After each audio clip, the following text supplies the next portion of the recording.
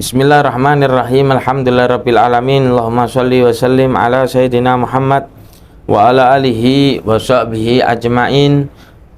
Amma ba'du, subhanaka la ilma lana illa ma 'allamtana innaka antal alimul hakim wa tub alaina innaka antat tawwabur rahim.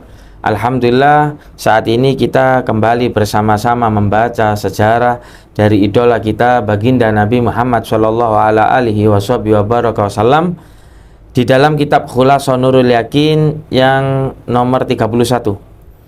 Wafatu Khadijah radhiyallahu anha wa ardhaha. Kisah dari kewafatan Sayyidah Khadijah, istri Nabi Muhammad sallallahu alaihi wasallam radhiyallahu anha wa ardhaha, yang mana fi sanatil asyirah minan nubuwatu fiyat Sayyidah Khadijah.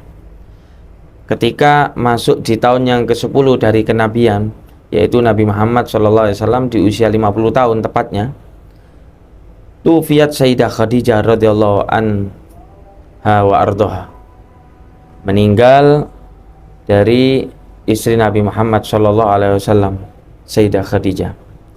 Fahazina alaiha Rasul sallallahu alaihi wasallam.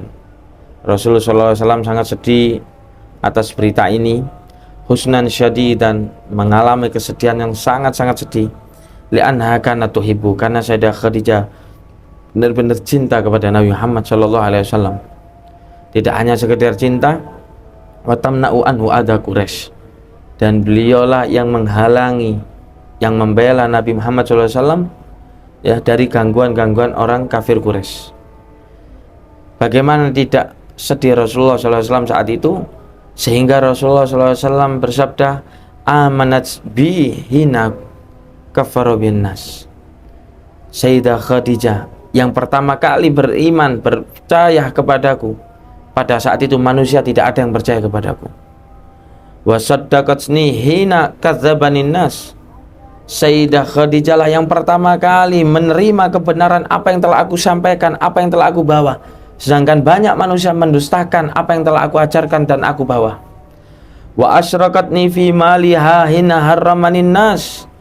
Dan Sayyidah Khadijah memberikan semua hartanya, padahal kita sudah mengenal beliau bahwasanya beliau adalah perempuan yang sangat kaya raya.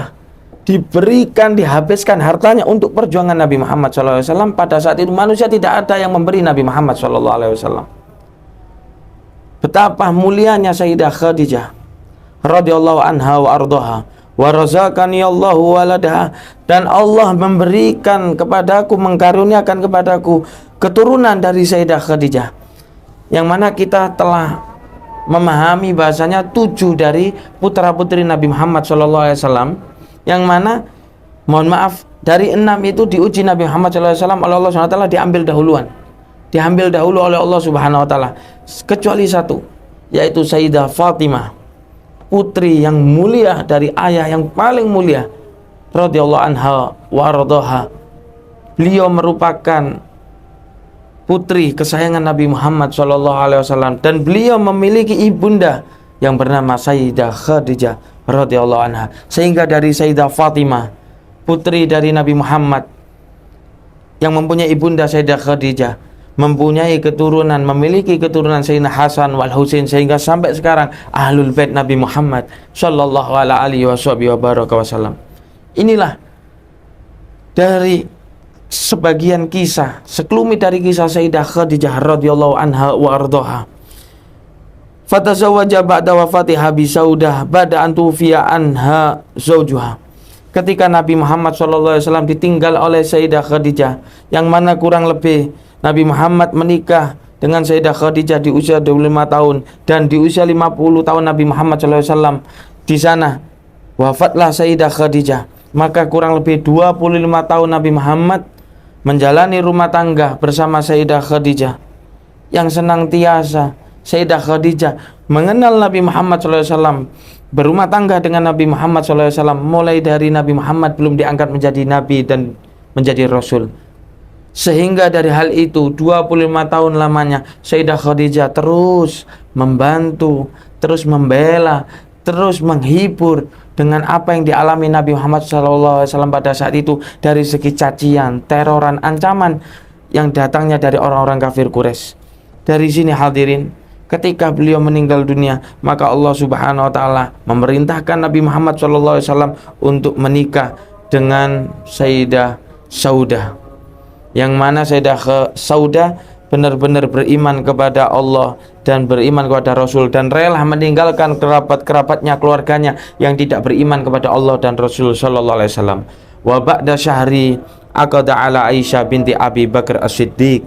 Setelah beliau 1 bulan akad dengan Sayyidah Saudah, kemudian beliau akad diperintahkan oleh Allah Subhanahu wa taala untuk menikah dengan Sayyidah Aisyah, putri dari Sayyidina Abu Bakar radhiyallahu anhuma.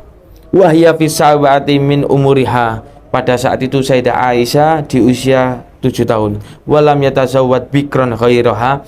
Tidak pernah Rasulullah menikah bikron dengan wanita yang masih gadis selain Sayyidah Aisyah. Wa dakhala biha fil Madinah, hingga masuk di kota Madinah Rasulullah sallallahu alaihi wasallam.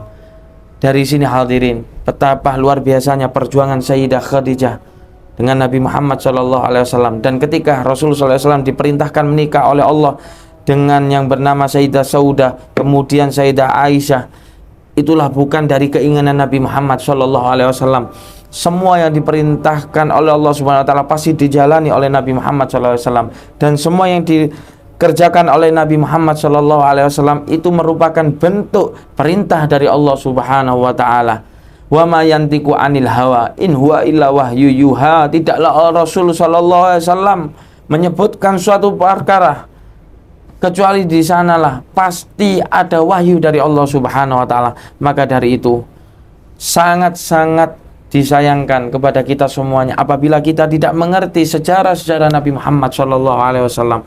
Semua dari apa yang dicontohkan Nabi Muhammad SAW merupakan wahyu dan utusan dari Allah Subhanahu wa taala. Semua apa yang diucapkan oleh Nabi, apa yang disabdakan oleh Nabi, apa yang dikerjakan oleh baginda Nabi, apa yang diamalkan oleh baginda Nabi merupakan perintah dari Allah Subhanahu wa taala. Maka dari itu, mari hadirin, mari para ikhwan, kita untuk senantiasa membaca sejarah baginda Nabi Muhammad SAW agar kita mengerti, mengetahui betapa besarnya perjuangan Nabi Muhammad SAW bagi kita semuanya, sehingga kita bisa menikmati agama yang diridai oleh Allah Subhanahu wa taala, ialah agama Islam yang dibawa oleh kekasih Allah Nabi besar Muhammad sallallahu alaihi wasallam.